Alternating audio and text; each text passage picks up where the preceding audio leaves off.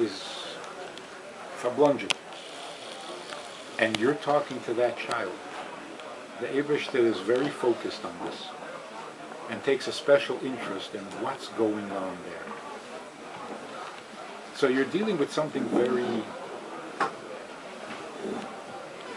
The first rule is, do no damage, do no harm. You can't get anywhere by hurting somebody, by embarrassing somebody, by making somebody uncomfortable. They've got enough problems, they don't need any more. So, in Avas Hashem, we know that there's a mitzvah of Ava and there's a mitzvah of Yira. In Kibbud Ava'im, we know there's a mitzvah of Kibbud, there's also a mitzvah of Yira. In Avas Yisrael, is there a balance? Is it only Ava? Can't be. In Avas Yisrael, there is the Ava and there is the Yira that backs it up. You have Avas Yisrael and you approach it fearfully, because how can you not be afraid of a Jewish neshama? I'll tell you a story. The Rebbetzin, the Rebbe's wife, Chaya Mushka, was with her father, the previous Rebbe, during the bombing of Warsaw. And there was no place to hide. They were running from one destroyed building to another. Wherever there was a little dach left over, they ran there to hide. And there were about 20 or 30 people in this group. They just met each other in running. The Rebbetzin once said, in New York already, many, many years later, she can't forgive herself. It doesn't let her sleep. During the bombing, there was an older man who was standing together with the group, and a shell went off, and he was standing exposed. So she pushed him, knocked him down to save him from the shrapnel, She says, I can't get over it. I knocked him down. She can't forgive herself. It haunts her. So, what are you suffering from? You did him a big favor. You saved his life, or limb, or whatever. She knocked him down out of Avas Yisrael, and she can't forgive herself out of Yiras Yisrael. You knocked down a Jew. It hurt him. Of course, it would have hurt much more. They tell us a story that the Baal Shem Tov was once told that he lost his chelik in Elam Haba. And one of the versions of the story is the Rebbetzin, his Rebbetzin, took in orphans. One of the orphans that she was taking care of was a little girl who had been terribly neglected, so her hair was full of...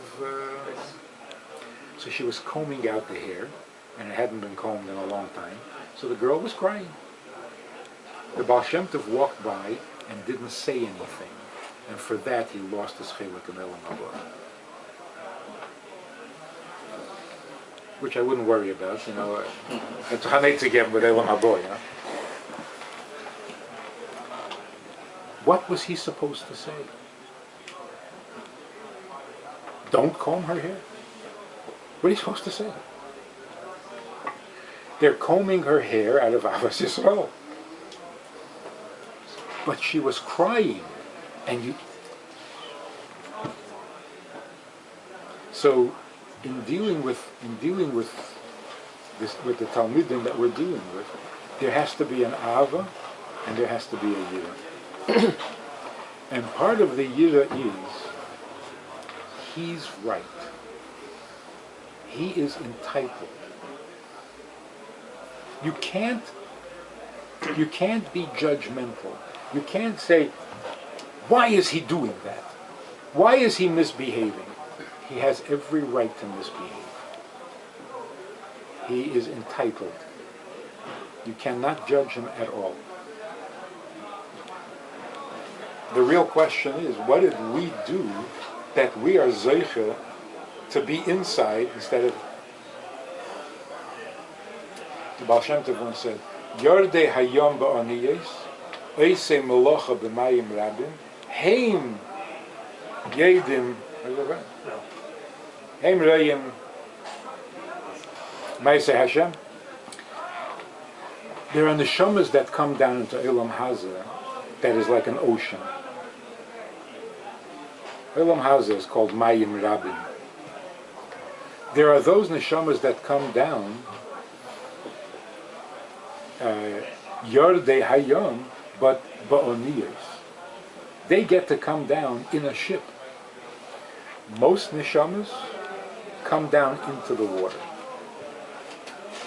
The people who are in the ship should ask themselves, what did they do to deserve to be in the ship? But what is the job? Yerdei hayam ba'aniyos, their purpose is eisei melocha b'mayim rabim. It's their job to help those who are in the mayim. So it's not like you're privileged, you don't have to worry, you have a ship, you can sit on the deck and sunbathe. The only reason you're in the ship is because you're supposed to help those who are not. But to be critical of those who are not, there's no justification for that. So the thing is like this. We don't have an image. You can't work with a picture. What do you want this bacha to become? We can't make such a judgment. First of all, how do we know? And second of all, is it realistic? You want every bacher who comes to the school to become a Talmud Chacham. Is that realistic? Is that what this bacher is supposed to become? Maybe Hitak is supposed to go into business and make a lot of money. You have to let a neshama develop its relationship with the Eibishter. You can't box it in and say, no, you have to be like this.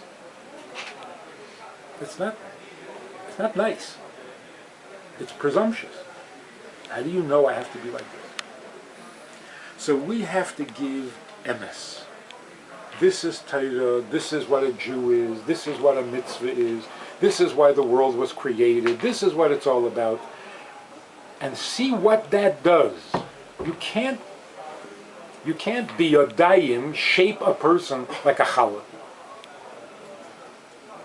So we have to give up a lot and be very flexible. So if a bacha comes and spends a year in your yeshiva, and then he's got to go back to school and make a lot of money, and all he promises is that he'll put on tefillin, success or failure?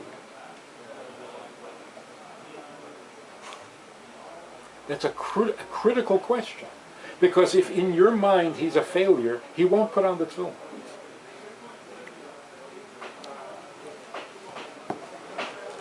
Because he'll sense it. Oh, you think I'm a failure? Oh, yeah. Darf man nicht.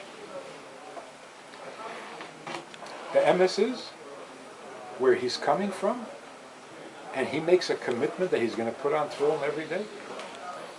Gewaldig. You walk into an office of a very rich, successful young Jewish businessman. Doesn't wear a yarmulke, he's got whatever, right? And you say to him, would you like to put on tefillin? He says, I put on tefillin every day. Since I went to the yeshiva in Israel, I put on tefillin every day. Would you not be thrilled, impressed? Maybe for this neshama, this is what he has to do in Olam Hazeh. You can't be the judge and the jury. You're there to serve him. Whatever we can do to help him, whatever we can do to inspire him, then the rest is between him and the Eibishter, and they have a very good relationship.